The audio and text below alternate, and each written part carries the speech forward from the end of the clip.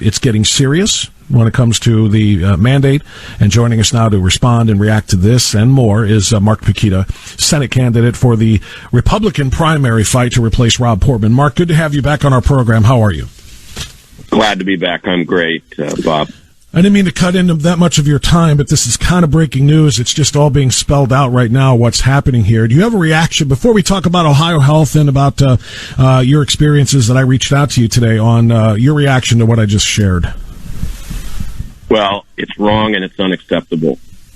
And it's a ploy, I believe, by the Biden administration to further put a noose around independence for American citizens, that they be dependent on the government. And if you don't fall in line, you end up either having an expense that could put you out of business, bankrupt you, or can put you out of a job and do the same. So it sure seems to me that the Biden administration is either saying get in line or get out as conservatives. Yeah, I think that's well said. And it is about control. It is about taking away some of the liberty of the American people. It is something that Barack Obama, bragged about wanting to do when he said he wanted to fundamentally transform this country back in 2008. It's continuing now under Joe Biden with Obama behind the scenes. Liberty is under assault. My question is how much of this will the people take before they push back, Mark? And what I mean by that is at least to stay specific on this issue. You have to be fully vaccinated to keep your job. You have to be fully vaccinated by January 4th to keep your job, or you're going to have to pay, et cetera, et cetera, et cetera. And if you're a business that doesn't make your employees do that, as you say, they're going to fine you out of business.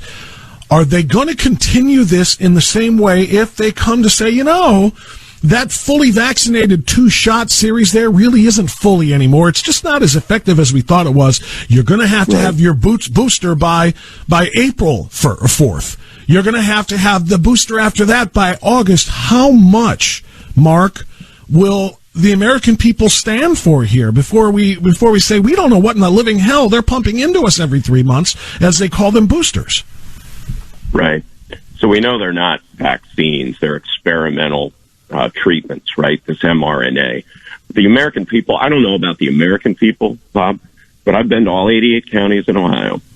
I'm talking to people every day about this, into the evening, late into the evening, early in the morning. I believe we are close to an absolute, I guess I could call it a revolution. People are just being pressed to the edge. I've got people calling me sobbing about these kind of things. And I will tell you that we have a feckless Ohio legislature. They should be getting ahead of it. They should be passing some kind of legislation to nullify anything like this and let the Biden administration take this to the Supreme Court. Let's get everybody on the record with a vote, and let's see what our feckless Supreme Court will do, including our worthless John Roberts.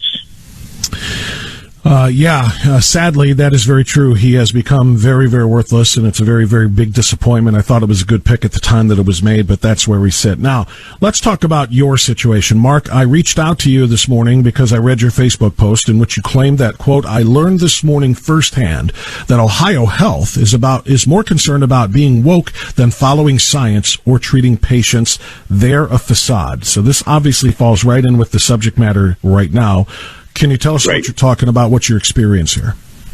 Sure. So a number of years ago, I had an aortic valve replaced because I had the genetic bicuspid valve as opposed to a tricuspid valve. And so what that meant is it stopped functioning as usual. I was at about 50%. And it was found during a typical annual physical, right? I felt absolutely no symptoms. And so I had that replaced. And so now I'm going to a cardiologist. I had absolutely no arterial, like heart disease. It was just that valve. So I went to go for my annual cardiologist exam the other day.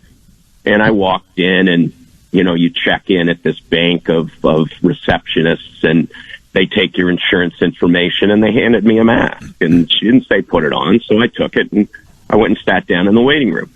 A few minutes later, she comes up, the same woman who checked me in, she comes up and she tells me I have to put the mask on. And I said, I'm not going to do that.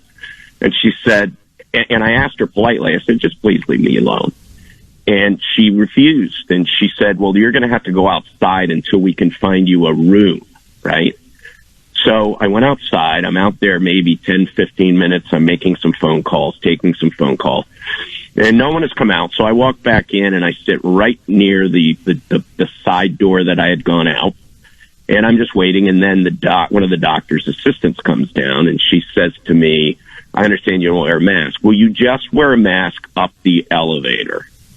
Now think about that. By yourself? I think what she was insinuating, well, with her. I think what she was, and she was masked. And I'm sure she's vaxxed if she's still working at Ohio Health. Well, there's probably 50-50 chance, but I would guess she's more than 50-50 chance she's vaccinated. So she wanted me to wear the mask up the elevator. And then I guess once I was in the doctor's suite on the floor upstairs, I didn't have to wear it anymore.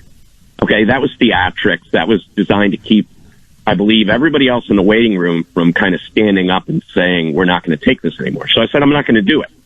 And I didn't make a scene, right? So she goes, well, let me go talk to the doc. So she goes up and talks to the doc. She comes back down with an RN. She was an aide. And we start talking about it. And they're like, will you do a telehealth visit? I'm like, listen, the doctor is right upstairs. You're talking to him. I came here this morning to see the doctor face to face. I'm not doing a telehealth visit. And then they said, well, there's just no way we're going to be able to do this. And I'm like, great. And I left. Okay. I didn't make a scene. I just wasn't going to fall under the boot of these people. Mm-hmm. And these are people that are supposed to be healers, Bob. And Ohio Health is so woke and so bent on social justice programs that they have totally lost the plot in terms of what their mission is, and that is to heal people. Well, you may have to talk more about the social justice part, because that's obviously a different subject than this. But let's stay on this part of it. First of all, I don't think Ohio Health is in particularly any different than most of the others, including UH and including Cleveland Clinic and the other medical centers. They're all pretty much doing the same thing. What I don't get is not only are they protected, as you say, by working there, they're almost 99% certain to be vaccinated. So what are you afraid of? They're wearing a mask, which is supposed to protect you. What are you afraid of? But what I would like to ask all of them, Mark, and I'm sure you would too, is do you believe in medical science? You're working in a medical facility here, and if you believe in medical science, can you please point to me one single randomized controlled study that shows that masking stops coronavirus in real world practical use? Because these cloth masks that they want you to put on do nothing to stop coronavirus particles from going through, or going from the gaps out of your cheeks, or going through the part over your nose and out by your eyes and into the air around you. It has been proven countless numbers of times. They don't stop it. So if you believe in medical science, Nurse Ratchet, what are you doing here? Why are you giving me a hard time? Let's do our visit, right? Right. I had that conversation with them. And the only study, and you know about it, I'm sure, the CDC did a study, and it says masks are at best 2% efficacious. Well, that's within, I would believe, the range of error for that kind of statistical analysis. So it essentially says that masks are useless. I mean, these virus particles are aerosolized. They're 1/4000th the width of a human hair. Can you get a human hair between your face and that mask? And oh, by the way, when you're steaming up your glasses, what is that? Those are droplets, which are much bigger than aerosolized virus. Yeah, and the other thing, Mark, we're talking with Mark Pukita, who is sharing his experience at a doctor's appointment.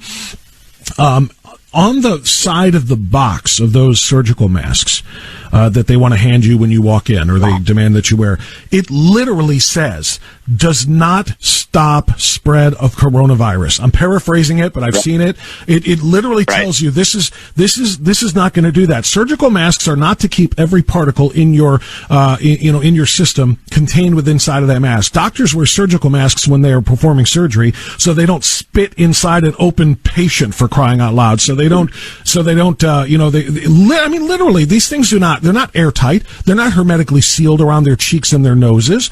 Those are to stop physical things from actually going, potentially into somebody that is being, surgery is being performed on. So you look at the labeling, you look at the studies, they can prove nowhere that masking does anything except what? Virtue signal and make people feel safer, because they've been told the opposite, that these masks do stop it, and if you see somebody in one, then you feel safe when you're around them. This is all psychological, I don't know what the word is. I don't want to call it psychological torture, but it is a psychological experiment that they're playing on people. Yeah, and I believe that about, a good portion of the U.S. population has literally had a psychotic break because of the fear that they've been under. So if they were weak mentally starting this, they've actually cracked. And that mask gives them a false sense of security, just like a child's, security blanket. But think about that waiver on the side of those masks, Bob, or the lack of the waiver, the warning. That's on there because those producers don't have a waiver of liability like the vaccine manufacturers do. So they are saying, we're going to tell you this doesn't protect you against COVID-19 because they know it does. And you or I would be able to sue them if we got it. Whether we'd prevail or not in court would be another question. But we would be able to sue them saying, I wore the mask and I got COVID-19 and you didn't tell me it wouldn't protect me. So they put it on the box. But we've got these manufacturers of these vaccines that are killing some people who have a complete waiver of liability. Think about that.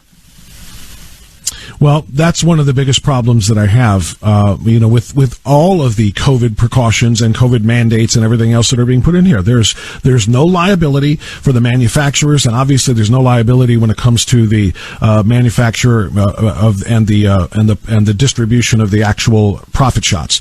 Let me ask you that to wrap this up, Mark. It's already 10:51, but real quick, what message do you have for parents that want to put their children in front of a doctor with a syringe, or a nurse or a pharmacist with a syringe, to take a toxin into their child's body or to put it into their body, when the FDA, which approved it under emergency authorization, has said out loud on camera that we don't know how safe it is. We won't know until we start giving it. That's just the way it goes. What message do you have for parents who are going to put their kids through that?